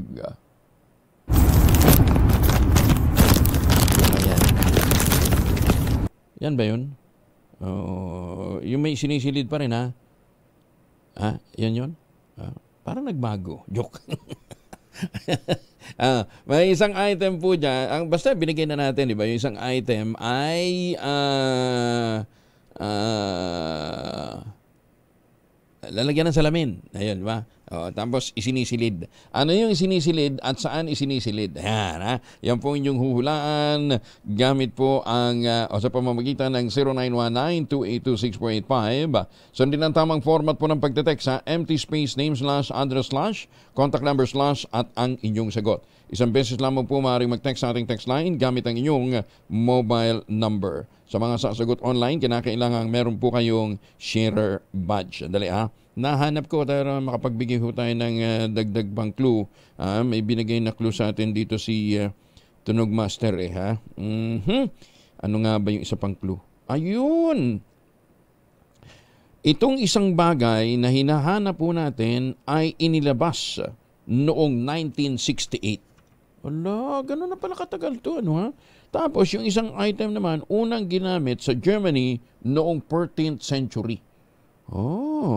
14th century, di ka birthday ni Manu Cabral. Tapos yung pangalawang item, unang inintroduce sa market noong 1968. Ayan, ka-birthday ko pa. Kaya hulaan ninyo ang inyong mga sagot ipapadala po ninyo sa 0919-282-6485. Sundin po yung tamang format nang sa gayon pumasok po sa ating sistema empty space name / address / contact number / at ang inyong sagot.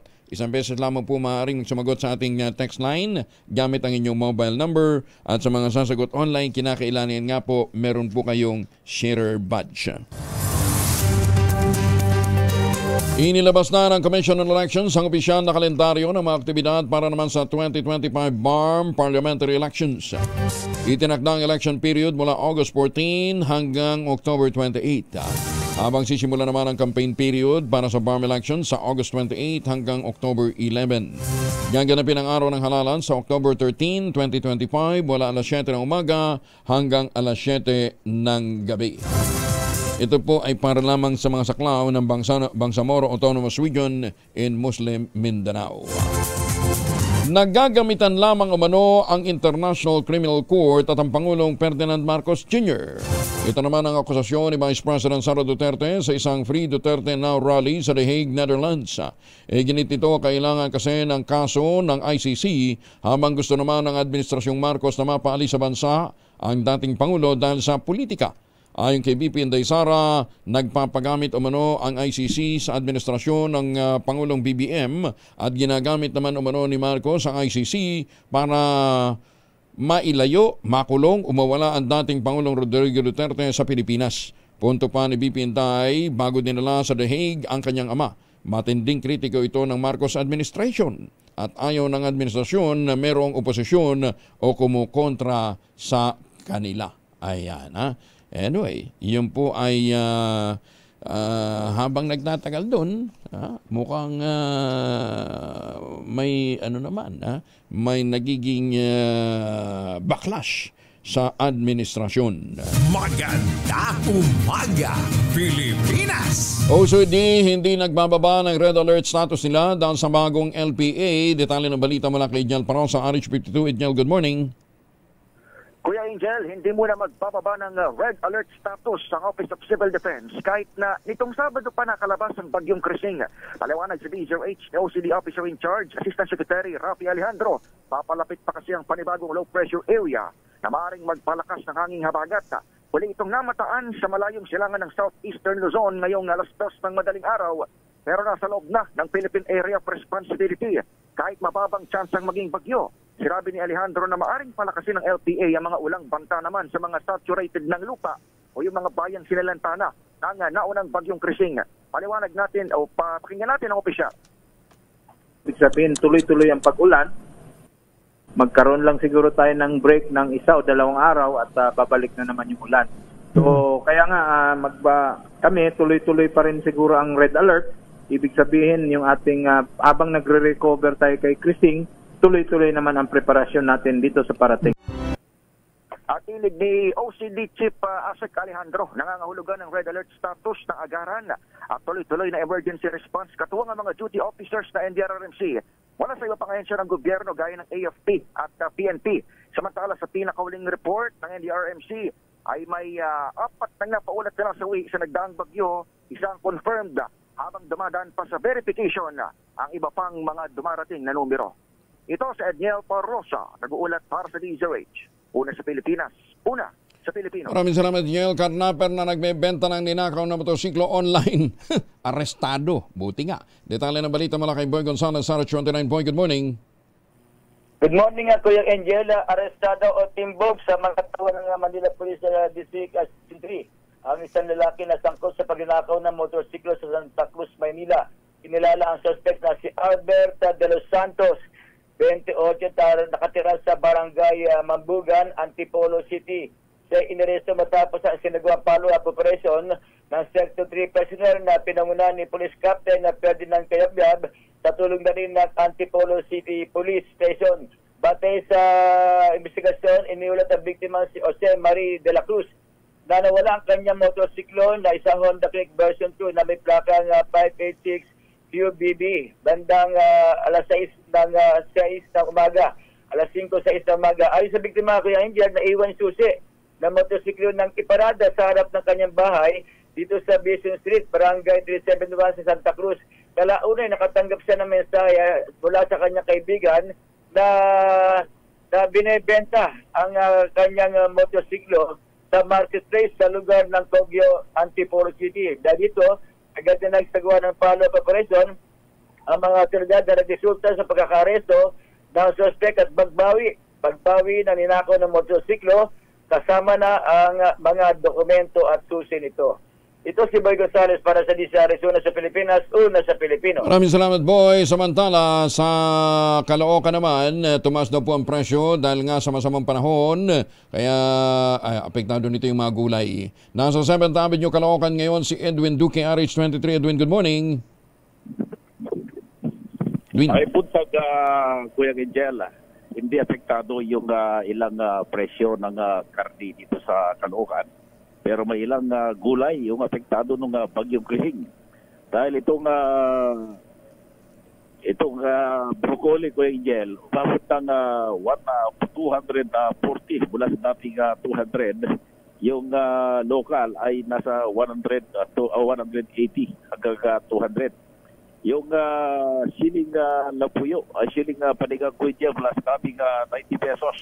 Aba, matapos itong bagyong Krising, pumalo na ito ngayon ng 150 pesos bawat kilo.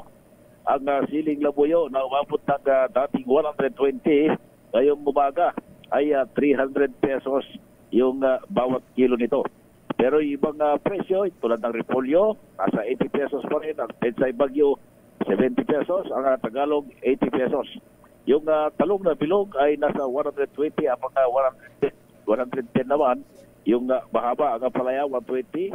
Yung mahaba naman ay 110 bawat kilo. Nanatiling 700 ang Kensay. Habang yung presyo naman ng kamatis ay 50 hanggang 70 pesos pa rin yung bawat kilo. Sa presyo naman, Gugel, ng manok, hindi apektado. Dahil kung may nagbebenta ng 320 at 180, ay 320 to 280 sa pabalik itong manok kayo dito sa 7th Avenue. Nasa 260 pesos bawat kilo. Ang baboy naman, 370. 370 ang pork chop, habang 370 ang giniling. Ang pata, 340 hanggang 360. Yung lempo ay nasa 420 pesos bawat kilo. Sa presyo naman ng mga gula o mga prutas, saging labandan, nasa 80 pesos. Kaya dyan, 10 peso yung tinaas. Yung lakatan ay 90 hanggang 100 pesos bawat kilo. Sa presyo ng bigas, mag-umpisa pa rin sa 48. Merong 40, merong 50, 54, merong 56 at 70. Yung dinurado, 80 pesos bawat kilo. At ang malagkit, 80 pesos. Yung medyo magandang klase, pumapalo ng 100 pesos bawat kilo. Sa mga dahon-dahon, nasa 15 hanggang 20 pesos bawat tali ng kabuti, lokpati, ampalaya, at iba pang mga dahon ng gulay. RS23, Edwin Duque nagulat sa DZRH. Una sa Pilipinas, una sa Pilipino. Maraming salamat, Edwin. Yan ang tinatawag na metal foods. Metal bus ng kalabasa, metal bus ng lugbate, metal bus ng kangkong. Ha? Metal foods.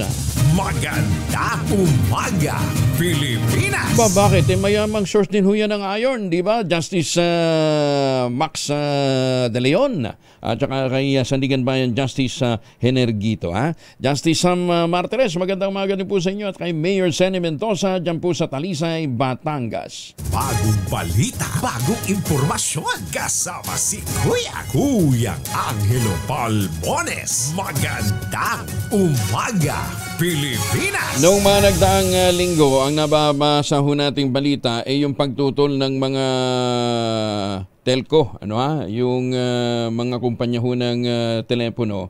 Ang sinasabi nila, pagka ipinasa yung konektadong Pinoy, napirnahan yung konektadong Pinoy, para maging ganap na batas, may expose daw ho tayo sa iba't ibang panganib o security risk, dahil wala ng prangkisa ang mga mag-a-apply ng telco sa ilalim ng konektadong Pinoy Bill. Pero sabi ho naman ng iba't ibang stakeholders, panahon na. Nang sa ganyan yung pangit na signal natin, gumanda. Gaganda nga ba ang signal natin kapag pumasa ang konektadong Pinoy Bill? Kasama na natin si Secretary Henry Ruel Aguda ng Department of Communication and Communication Technology o DICT. Secretary, good morning. Good morning. Good morning. At saka good morning sa mga tagapakinig niyo, Boss Angel. Opo, thank you for joining us, Secretary. Number one, anong status na ng konektadong Pinoy Bill and ang DICT nasa likod ho nito?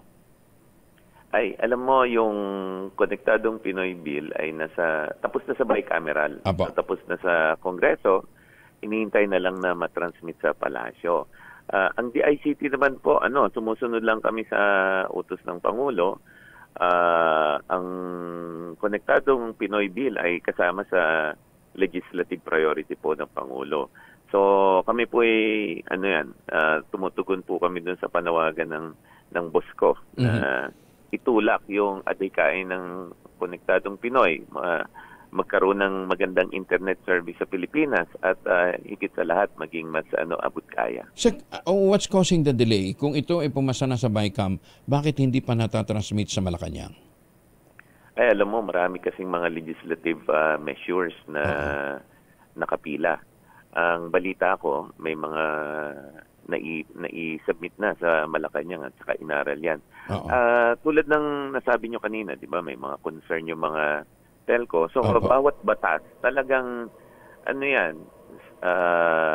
double, triple, quadruple review ang ginagawa bago talagang pumasa yan. Kaya masusi talagang pinag-aaralan. Pero confident po kami na malapit na po yan. Okay. Doon ho tayo sa benefits. Number one muna, yung sinasabi nila, it will trigger a security risk. Kasi wala na nga daw prangkisa, sabi ho ng mga nasa telco. Well, hindi natin tinatanggal yung prangkisa. Yung mga dating may prangkisa ka na. Tapos, kung magpro-provide ka ng telephone service o yung mga traditional phone service, kailangan pa rin ng prangkisa. Hindi ka makapag-issue ng phone number kapag wala kang prangkisa. So, meron pa rin po. Ang mawawalan lang ng mahabang proseso sa pag-apply sa Kongreso ay yung tinatawag ba natin na middle mile operator. Yung kailangang maglalagay ba ng mga serbisyo sa probinsya ng internet. Yun pinabibilis yung pag-a-apply noon. Yun siguro yung sinasabi nila na baka magkaroon ng security risk daw. Ganito po yan. Doon sa batas, hindi po inaalis yung pangangailangan ng security risk. Actually, pinalalakas niya yung pangangailangan ng security risk. Ipapaliwanag ko lang po ng mabilis. Yung nasa batas, ang sinasabi, lalo na yung mga foreigner, within 6 months to 2 years, dapat meron ka ng certification from an international body. So, hindi lang po DICT tsaka CICC ang magre-require na nagko-comply sila sa security. So, bago sila mag-ooperate, dadaan po sila sa amin. Lahat po yan. Sasabihin namin kung safe o hindi ka safe. Tapos, hindi lang yan, dinadagdag ng batas. Pag foreign ka at pag bago ka, hindi lang sa local ka kukuha ng security certification. Kukuha ka pa sa international. Ibig sabihin sa Europa, sa US. Kaya dinadagdagan ng requirement for security. So, baka hindi lang po naintindihan mabuti yung requirement na yon. Oo. Hindi ko maintindihan. Hindi ba sila kasama sa nakonsulta ng Senado at ng Kongreso, di ba? Para hindi nila maintindihan. Kasi yun ang kinakatwiran nila. Hindi, mawawalan na ng prangkisa. Hindi naman pala. Di ba? Hindi naman. Nakonsulta po sila. Actually, alam niyo yung batas na yan, bago pa po ako na-appoint. Ano na yan, rinireview na ng Kongreso at saka ng Senado. And ako po, may tiwala po ako sa legislature kasi nakadaan na rin po ako sa mga technical working group ng mga Kongreso at saka talaga masusi po. Confident po ako na nakonsulta po sila. Okay. Sek, teka muna ha. Siguro para doon sa mga nagtatanong, sino ba si Secretary Aguda at mukhang maalam ito pagdating ho sa telco? Matagal ho ba kayo sa telco? Bago kayo napunta sa bangko? Oo, mga kaibigan natin yan sa mga telco dahil yung karera ko po nagsimula sa telco, mga 25 years siguro ako. Wow. At naabutan ko po yung yung the rotary pa. Yung lumang telepono. Oo, ng PLDT. Oo. Tama. Wala pa pong internet. Yun na po yung trabaho ko. At saka napagtrabahuan ko po lahat yung mga yan. Kaya kaibigan po natin lahat yung mga yan. Talaga? Before joining the banking system? Bago po ako nagbangko 8 years ago, puro telecoms po ang pinagsilbihan ko po. Lalo na nung lumipat tayo sa internet at saka sa mobile, yun po. Medyo na kukuha po ako para tumulong sa pag-roll out ng mga digital infra. Okay. Sek, teka, medyo maiba lang ako. Babalikan ko rin yung Konektadong Pinoy. Kasi isa sa mga problema natin dito sa Pilipinas, di ba? Sabi nila, pagka 5G ka na, gaganda ng signal mo, pupugak-pugak pa rin eh. Ano ba problema? Alam nyo, marami po kasing napag-uusapan pag Konektadong Pinoy, ang napagsasabihan lang yung side ng telco at saka industriya, no? Ang isang mahalagang bagay dun sa Konektadong Pinoy, yung right of the users. Correct. Yung right of the users, kasama no po dyan, tatouch yung kailangan, meron kang magandang serbisyo. Isa po sa right ng user yon. Yung 5G natin ngayon, na paminsan-minsan nagkakaroon ng problema, dahil po yan sa, hindi lang 5G kasi yung nasa network natin ngayon, meron ka pang 2G, tsaka 3G, tsaka 4G, tsaka 5. Yung 2G, tsaka 3G, medyo po kung concerned sila sa security, yan po yung mababa ang security, tsaka hindi maganda yung signal. Okay. Pag yan po nailipat natin lahat sa 4G and 5G, wala na yung napuputol-putol ba? Kasi ang nangyayari, pag nasa 5G ka nga, tapos naglalakad ka o nasa jeep ka, biglang bumaba sa 3G yung signal mo o kaya 2G, ay mawawala po, mapuputol po yung signal nyo. Bakit? Alam nyo, ang 2G tsaka 3G, bihira na lang sa buong mundo ang gumagamit yan. Yun nga bakit meron pa tayo? Siguro kaya meron pa tayo dahil mahal yung telepono daw ng 4G tsaka 5G. Kaya kawawa naman yung mga kababayan natin na may mga murang 2G at 3G. So yan, inaayos na po ng gobyerno yan. Meron tayong mga programa na darating pagkatapos ng Konektadong Pinoy na kung 2G, 3G ang telepono mo at wala kang kakayahan na bumili, iso-swap out namin yan or i-subsidize. Talaga? Naghahanap po kami ng mga affordable 4G, 5G phone sa buong mundo para ma-swap out yung 2G, 3G. Siyempre, hindi lang po yung yung handset. Yan po yung contribution ng gobyerno. Ang contribution naman ng mga telco, kailangan palitan yung mga cell site na 2G and 3G. 2, 4 or 5 man lang. So, ba't hihintayin pa natin pumasa yung batas, Sek? Actually, hindi naman. Yung batas ay magbibigay ng mas malakas na kapangyarihan sa DICT para itulak yan. Pero as I've mentioned nga, naghahanap na kami ng mga murang telepono. Siyempre, Kapag wala pa yung KP, medyo may halong pakikiusap. Pero pagka nandiyan na yung KP, mandatory na. Mandatory kasi alam niyo po, meron pang isang right doon sa batas na tapakan ang karapatan ng isang tao na during the time of crisis, meron kang self-service o may internet ka. Tulad ng kamakailan po, kaya medyo minamalat yung boses ko, minomonitor po namin yung self-service dun sa norte. Dun sa norte. Dahil dinaanan ng bagyo. Dinaanan ka na ng bagyo, tapos wala ka pang problema. Wala ka pang signal. Ito po yung kagandahan ng cellphone kasi pag brown out, ano na lang ba yung gagamitin mo? Nung dati, radyo, di ba? Correct. Ngayon, telepono. Kasi dyan mo makikita sa cellphone, lalo na, yung update sa internet ng weather. Tapos pwede kang tumawag. Ngayon, ito naman yung magandang balita. Minomonitor po namin yung norte. Yung mga kaibigan po natin sa Smart at saka sa Globe, saludo po tayo. Kahit na nawalan ng kuryente, yung kanilang mga cell site, gumagana. Kasi may mga backup power po siya. Yan po ang kahalagahan ng ng cellphone. Ng connectivity. Doon sa bagong batas, mas palalakasin niya yung karapatan na pag may emergency, dapat meron kang telecom service. Galing ha. Sana anong timeline ho ninyo dito sa pag-address do sa 2G at saka 3G? Ay po yan, hindi yan overnight. Siguro mga isang taon na implementasyon yan. Pagka nag-agree lahat na pwede na tayo mag-move sa 4G, 5G, isang taon po kasi una, papalitan namin yung cellphone, tapos yung mga telecoms provider naman, papalitan nila yung cell site equipment nila. So, palitan din? Papalitan din yung cell site? Kailangan pong palitan yung equipment to 4G at 5G. Ang kagandahan naman sa telco, pag pinalitan nila ng 4G, 5G, mas konti yung gamit sa kuryente. Ang lakas po sa kuryente ng 2G at 3G. Kaya pag napalitan yun, mas makakatipid din sila sa maintenance. Bakit ang tagal nila rumisponde kung gano'n man palang na-outweigh ng benefits? Diba? Ano lang po siguro, iniisip din nila yung mga walang kakayahan na bumili ng 4G, 5G phones.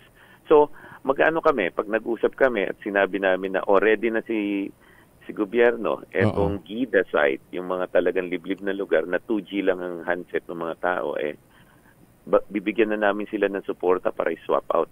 Actually, may isa pong telco, hindi ko nasasabihin muna, ayaw ko silang pangunahan.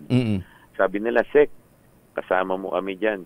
Magpapasok kami ng murang cellphone na rin para sa 2G, 3G.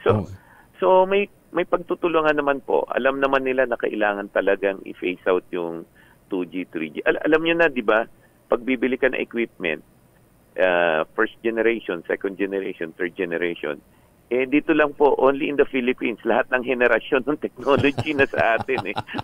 Dapat, kaya nga may 2G, 3G, 4G, 5G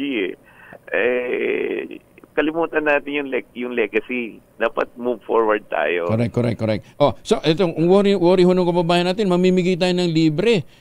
Baka i-subsidize na naman yan ng taxpayer. Binabanggit na nga ni Secretary, actually, baka i-offer na rin ito ng mga telco, no ha?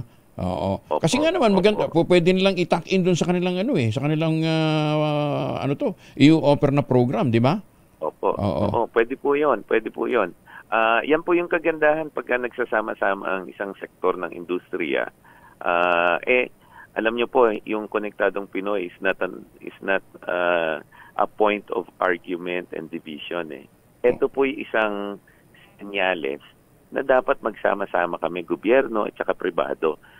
Basta patuloy po yung pag-uusap namin, sigurado mahanapan po namin ang paraan yan. At kung ano man yung agam-agam nila sa KP, nandito naman po ako. Alam niyo naman, wala po akong tatanggihan na oportunidad para mag-explain. Explain lang po natin, tapos hanapan natin ng solusyon. Okay. Sek, teka muna. Ang worry din ng iba, sabi nila, lahat tayo, nandun na tayo sa 4G at saka sa 5G.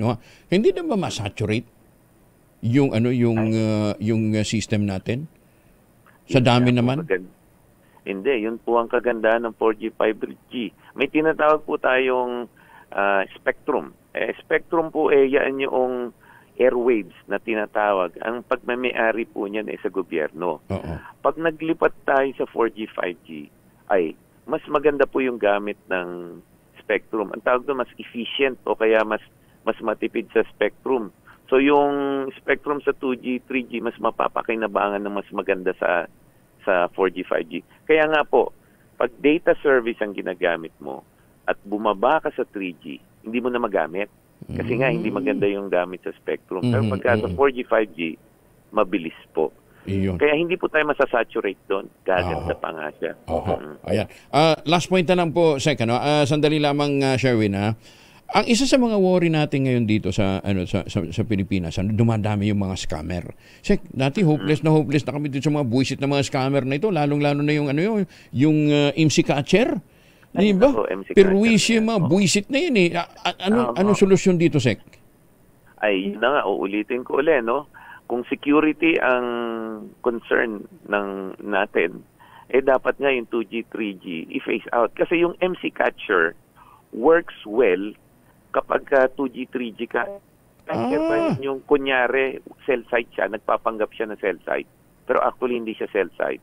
Tapos pag nag-connect ka sa kanya, through 2G and 3G, makukuha niya yung detalye ng telepono mo. MC Catcher yun. Tapos, magugulat ka, bigla ka makakuha ng text, tapos sasabihin galing sa isang bangko. Tapos makikita mo yung header niya, bangko, pero hindi siya yung bangko. Yun. Kaya gaganda pa yung security natin kapag 4G, 5G na tayo. So, yung MC Catcher will no longer work sa 4G at saka 5G, ha? Alam nyo po, yung 5G lalo na, yung 5G kasi meron siyang encryption dun sa address. Yung 4G, may mga ibang nagbabalak na, nagtra-try, pero mas mahirap po yun. Mas mahirap yun. Pero yung 2G, 3G, ay, butas sa MC Catcher yan. Sek, sana nga po ma-implement na ito sa lalong madaling panahon para mawakasan ng buhay nitong mga lintik na mga nitong mga buwisit na mga nitong mga buwisit na mga na mga scammer na ito. Sek, dadalasan namin ng tawag sa inyo pagka may mga concerns kami sa Konektadong Pinoy Bill para at least din ho yung ma-address natin yung agam-agam ng ating mga kababayan. In the meantime, thank you for joining us. Magandang umaga po, Secretary. Maraming salamat po. Pwede na ho kayo mag-jogging. Salamat po. Maraming salamat po. Si Secretary Henry Aguda ng DICT. Magandang umaga, Pilipinas! Alam nyo, nakakatuwa. Ngayon lang tayo may nakausap na taga-DICT ng ganitong aga, ha? Yung dati, hindi na, yung mga nauna, di ba? Hindi na nga alam kung anong trabaho nila, hindi mo pa makausap. Mamigyan nga lang muna tayong pera. Dahil malakas ang kako makinig sa DZRH, malakas ka rin sa amin. Itoto nyo na ng malakasan ang inyong radyo at makakaina ang matiyempohan ng aming roving reporter na nakikinig o nanonood sa DZRH. Instant, mananalo ka ng malakasang 1,000 pesos sa DZRH Malakas Promo atid sa atin ng kauna-unahang radyo sa Pilipinas, DZRH. Una sa Pilipinas, una sa Pilipino. Nasa barangay 546 Quinto Street, Quinto Sampaloc, si Sherwin Alparo. Ba, may winner na kagad, hindi pa tayo nagbibigay ng location. Sherwin, go! Yes, magandang umaga Kuya Angel. Dito nga sa Quinto sa Sampaloc. Ito yung area malapit sa may balik-balik sa Espanya at dito sa may Santa Mesa.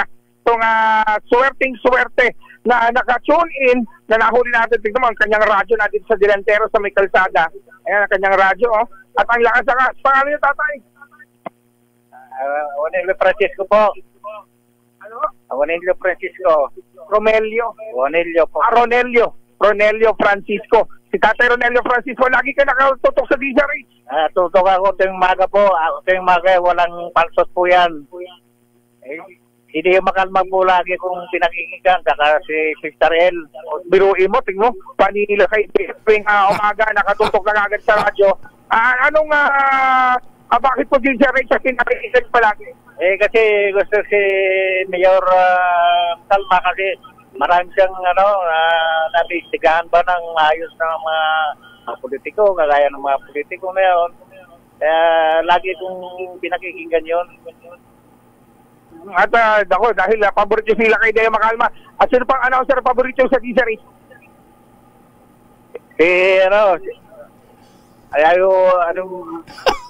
Tingin na. Angelo Palmores. Yan, walang walang coaching yan. Nagkakabuhol-buhol yung nila rin natin. Dahil paborito mo si Angelo. Angel. Hindi, at least hindi Anthony Palmones. Di ba? Kawawa naman si Tonying. Di ba? Buti hindi si Anthony Palmones. Si Angelo Palmones. Dahil paborito mo si Angelo Palmones. Ito meron ko 1,000 pesos. Salamat, sir. Maraming ito sa malaking bagay ito. Pambili ng gamot namin ito. Maintenance. Oo, di lang yan. Dahil may maintenance kayo. Ito, meron pa kayo maintenance ng Diesel H Grocery. At meron pa kayong Diesel H na imbag na bigas. At ang Diesel H umbrella at Diesel H t-shirt. Ano masasama natin? Maraming po salamat. Sa binigay ninyo. Malaking bagay po ito sa amin. Kanina hindi ka naniniwala na makakarating sa Quinto. Hindi nga, kaya nakita ko kanina na ako ito. Baka mamaya ako katulad ng binibigay na ng mga ibang nakikita nila sa kalye na pinakikinggan yung DSRS. Sige na, magkano yung sinabo na pinamigay? Binamibigay nila kaya doon sa Pinangona tapos ito, tapos libre pa yero ng matanda. O, diba? O, ayos. Sumali ka rin sa Mahiwagan Tulog. Opo. Ano hula mo ngayon? Hindi siguro ako, hindi ko pa na masyadong yun. Hindi na masyado napakinggan. Oo, sige. Okay. Maraming salamat, Tatay Renerio. At sa mga nais manalo ng 1,000 pesos sa akin tumutok sa Diesel H, bakit sa dating winner sa Diesel H Malacash promo, RH6, Sherwin Battle para DZH, una sa Pilipinas, una sa Pilipino. Maraming salamat, Sherwin. 8 minuto na lamang bago mag-alas 6 umaga. Oras na para tayo po naman ay mag-ultabayo. Ng abang ultabayo, ito po ay postbiotic with Lactococcus lactis strain plasma. Dumaan po ito sa mahabang clinical trial. Hindi po testimonial, hindi po kwentong kutsero, kundi human clinical trial. Ang bawat kapsula ng ultabayo nagtataglay ng 50 billion cells ng Lactococcus lactis strain plasma. Kaya pagpasok po nito sa ating katawan, ina-activate nga po yung PDC, yung plasmacytoid dendritic cell. Yan po yung tinatawag na commander ng ating immune system, responsable sa pagtataboy ng mga toxins sa ating katawan. Ilan lamang yan sa mga benepisyo ng Ultamayo. Kung may mga concerns pa ho kayo, mag-text lamang sa 0931-033-2871. Ang Ultamayo po ay rehistrado sa Food and Drug Administration, halal certified. Available sa South Star Drug, Mercury Drug, HB1 Plus, John's Pharmacy, Amesco Drug at Curamed. At kung kayo bibili ngayon, available pa rin ho yung 10% discount natin online sa ultabayo.shop. I-click lamang nyo yung QR code at gamitin ang code na Kuya Angel. Ang Ultamayo po ay hindi gamot at hindi dapat gamitin panggamot sa anumang uri ng sakit. Maganda umaga, Pilipinas! -7 bago mag-alas 6 na umaga. Pala ngayong araw na ito, July 21, aarangkada po ang Eskwela Kalusugan. Bawat bata malusog sa NCR. Ilulunsad dito sa Pinaglamanan Elementary School sa San Juan City alas 8 ng umaga. Pangungunahan ni San Juan City Mayor Francis Zamora at Health Regional Director Lester Tan ng National Capital Region ang kick-off ng naturang inisyatiba na naglalayong malabanan ng malnutrisyon, isulong ang preventive health care sa mga batang mag-aaral. Bahagi ito ng komprehensibong school-based assessment program para sa kindergarten at grade 1 students. Diyan din ang libreng medical, dental at nutritional services. Alok din ito ang libreng PhilHealth registration at health kits para naman sa mga magulang. Susunod ang 2x2 at ACS Balita. Kuya Angel po sa Angelo Palmones nag-iiwan sa inyo ng paalala, magtanim ng kawayan para sa kalikasan at kabuhayan. Ang ating quote of the day ngayong araw na ito ay mula po kay Napoleon Bonaparte. Ang sabi niya, never interrupt your enemy when he is making a mistake. Bagong balita, bagong impormasyon. Kasama si Kuya Angelo Palmones. Magandang umaga, Pilipinas! 6:01.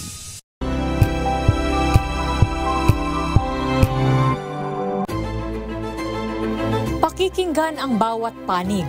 When you